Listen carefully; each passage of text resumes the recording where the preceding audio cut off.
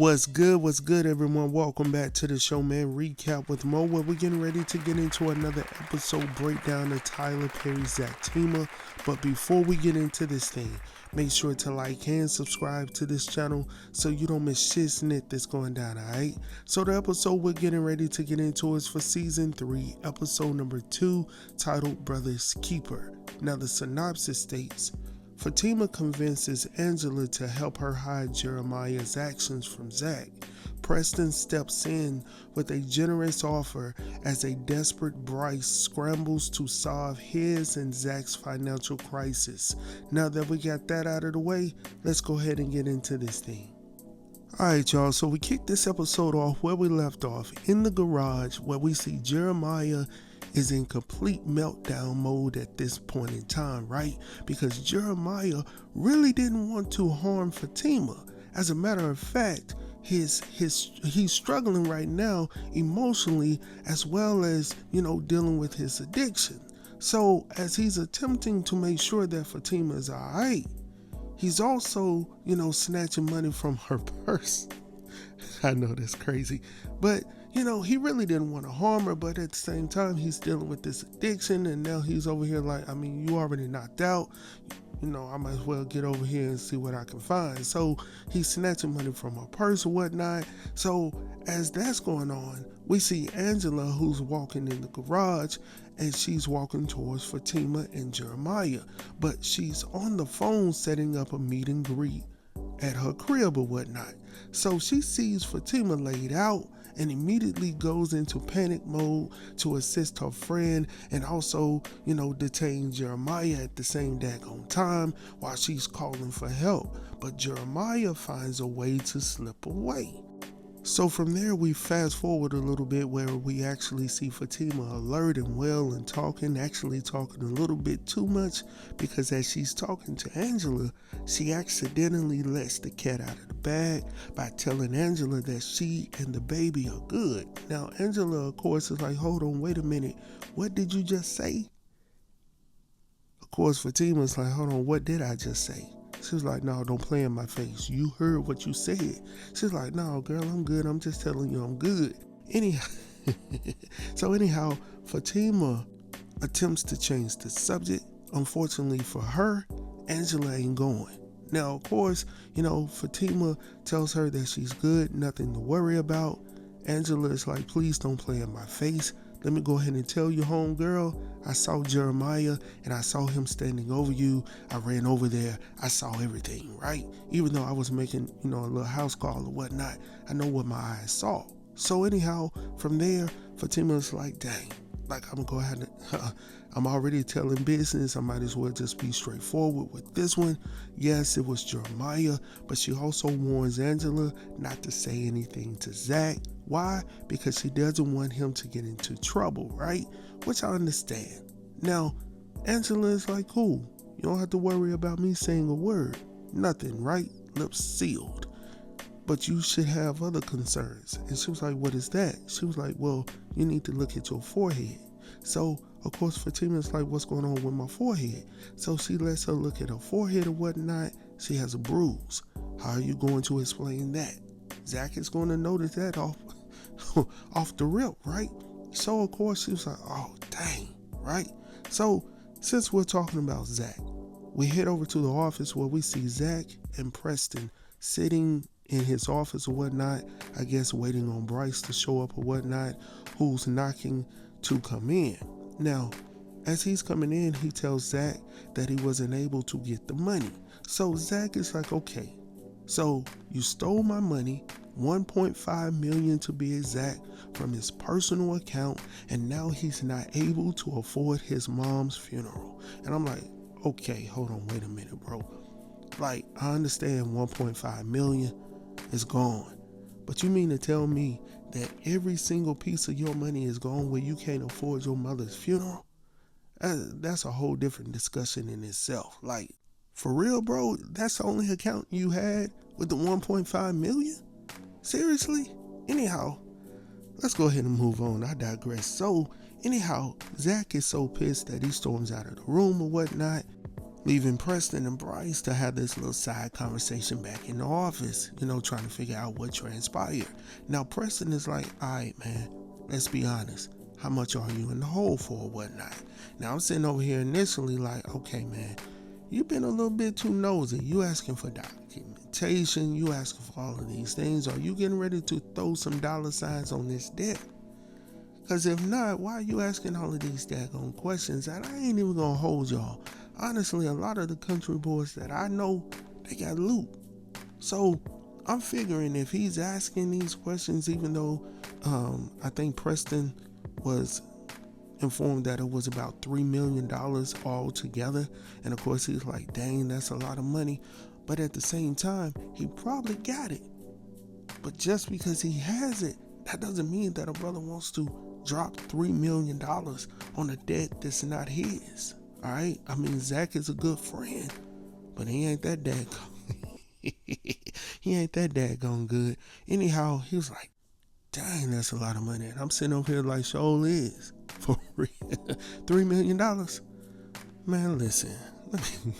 So anyhow, from there, he tells Bryce that he would actually give, Zach the money for his mom's funeral or whatnot.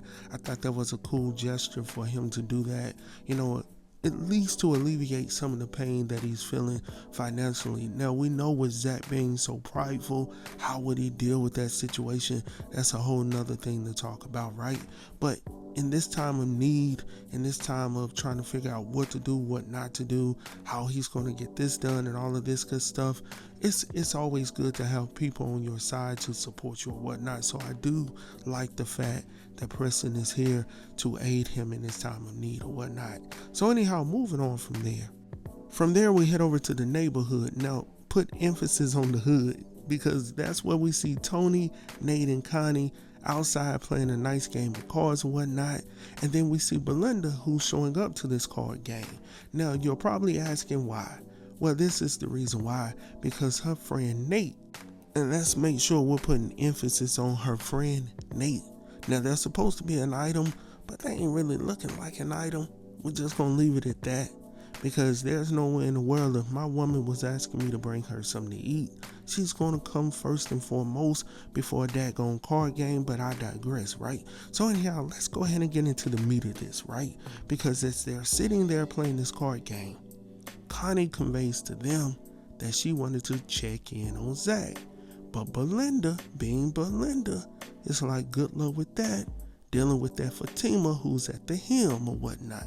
Now, Connie goes on to tell her that she's good. It's not going to be a problem. But Belinda's like, cool, but let me go ahead and tell you, she and I used to be good friends, right?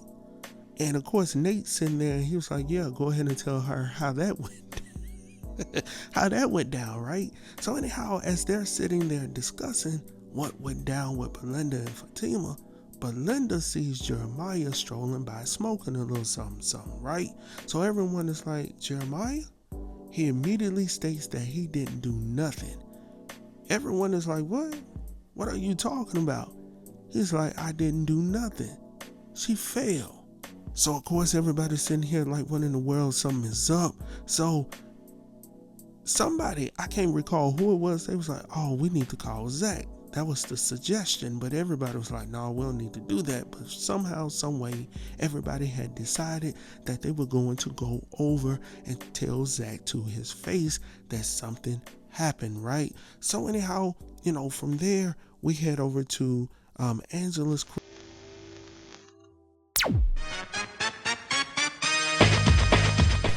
I know my parents love me.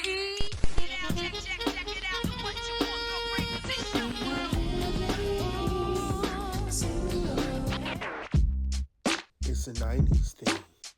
It's a 90s thing. It's a 90s thing. It's a 90s thing.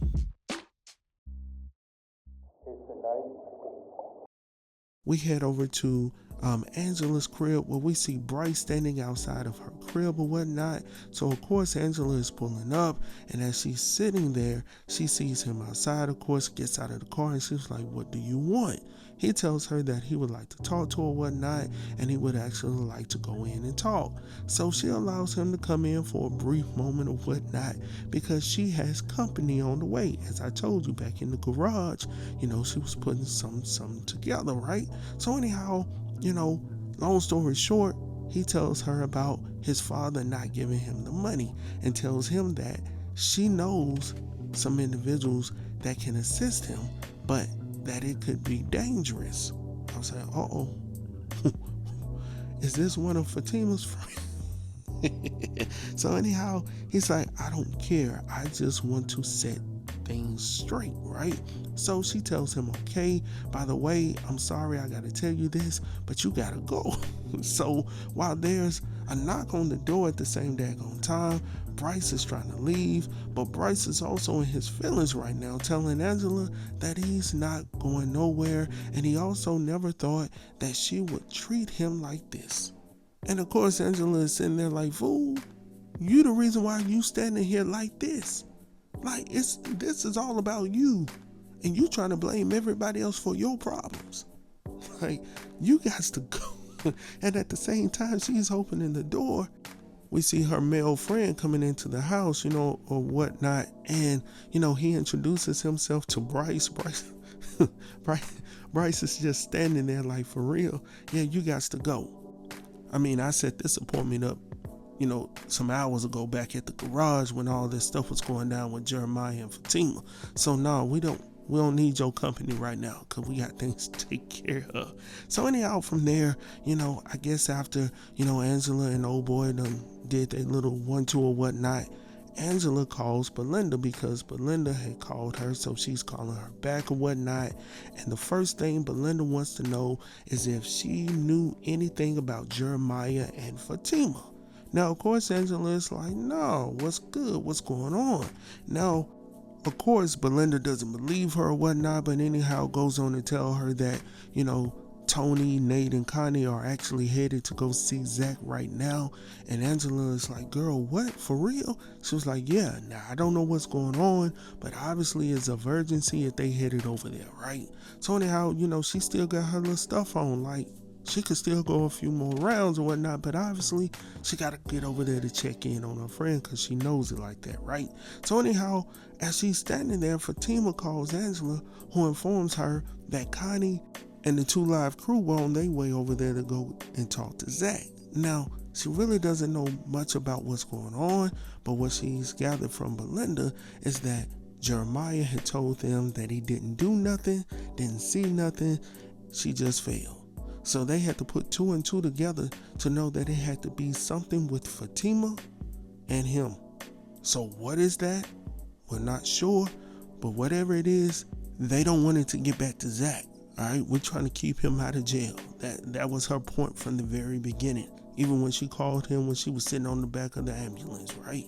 She was calling him to try to figure out what's going on, how long he was going to be getting home, and all of that stuff. Whoop, whoop, whoop. So she's had time to get herself together, try to cover up that little beauty mark at the top.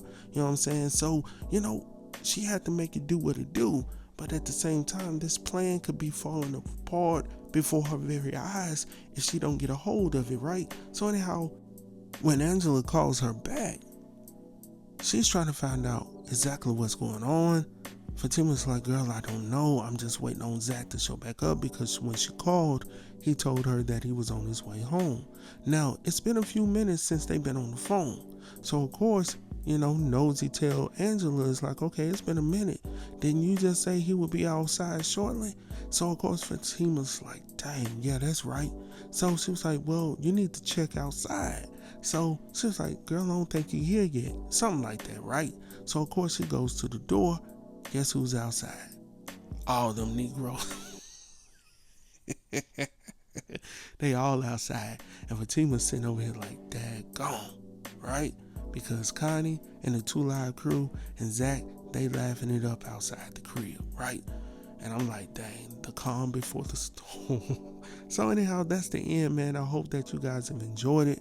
Make sure to like and subscribe to this channel so that you don't miss shit snit that's going down. As always, thank y'all so very much if you made it to the end of this video.